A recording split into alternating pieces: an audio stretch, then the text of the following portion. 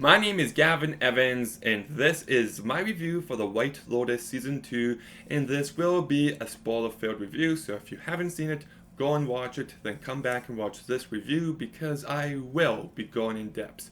Now, I really enjoyed the first season, but wasn't sure if we needed Season 2. I watched the first episode, it didn't really grab me, so I decided not to, but then I'm like, you know what, let's give it another try. So I did just that, and I'm glad I did, because I actually think this is better than Season 1. This is a really funny, smart, sharply written show, and yeah, if this show continues to be this good, it might just be one of my favorite HBO shows. Like, each and every story is great in its own way, but my absolute favorite one is the relationship between Ethan and Harper.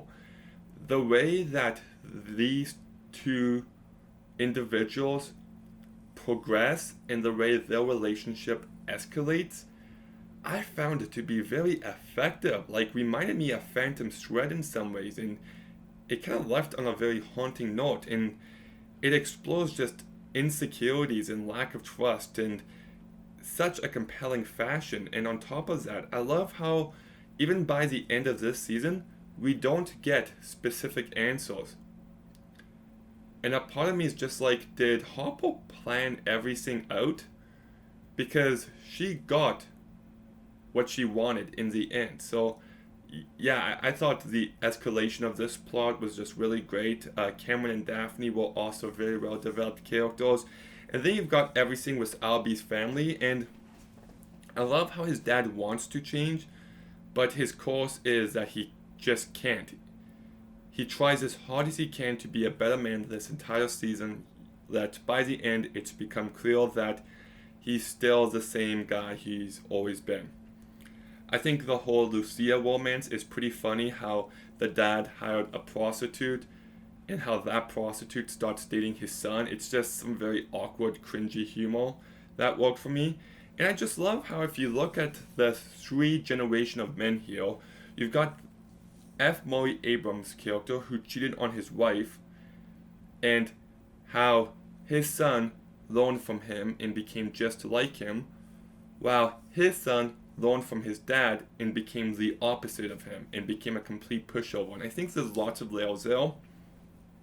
I think the romance between Albie and Portia at the start, and how these two kind of start talking to each other, and then she gets an opportunity at someone better, and they end up trying to make each other jealous, made for some very funny situations. But the whole fact that Albie looks down on his father using money to get what he wants, yet he does the exact same thing, it's an interesting character study of how Albie has a sense of moral superiority, but he's really no better.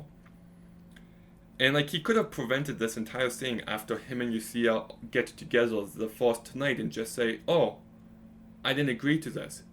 But he tries too hard to be the nice guy, and I thought that was great. And I love how after everything between him and Lucia, him and Portia kind of end up together in the end, even though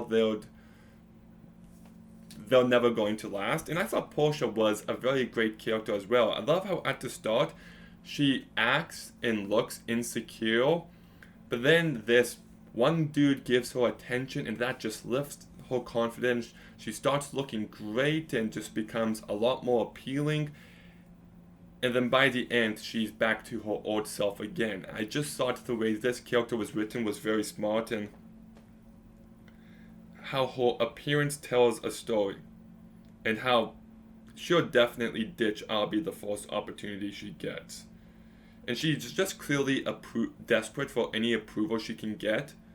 You know, Albie seems better than Tanya, and then Jack seems better than Albie. It's just, yeah, I thought everything with this character was great. And then Tanya, she's a terrible person, and she's so insecure, but you kind of get why, because she's so rich that she doesn't trust anyone, and whenever she does, she gets screwed over. And it results in her death. And I thought she was the right person to die this season. Then we get the plot with Mia and Valentina, and I love the power dynamic here and how this relationship progresses.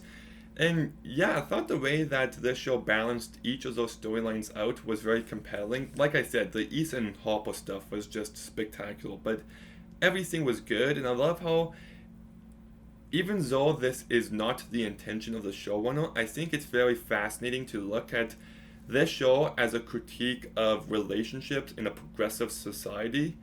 And I also love how it explores how insecurities can corrupt a relationship, and how it's a critique of the nice guy cliche, and how some people use money to get what they want, some use sex, some use mind games.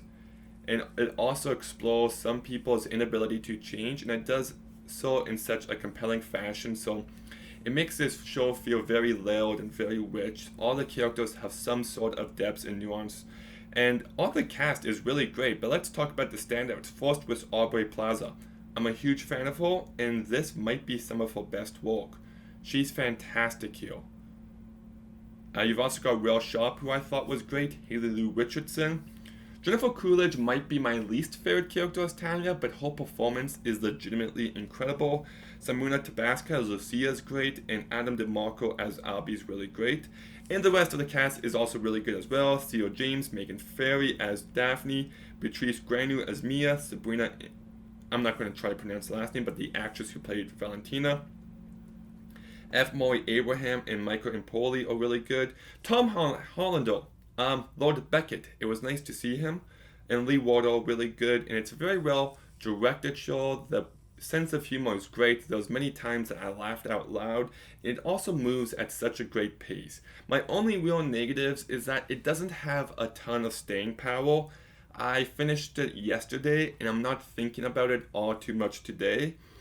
It did take me a couple episodes to get into this season, and I thought the Tanya story dragged a bit in the middle. But those issues aside, I still thought this was a really strong season of television. Some great character work. Like, I'm not even kidding. The relationship of Ethan and Harper is just so compelling here. And it had me laughing, it had me just cringing in moments, and just some incredible writings there, and just so many great elements of this season. So I'll give The White Lotus Season 2 a 7.5 out of 10. Okay, did you watch The White Lotus Season 2? What did you think about it? Let me know in the comments down below. Make sure you like, comment, subscribe. Stay tuned for some more videos soon. And Gavin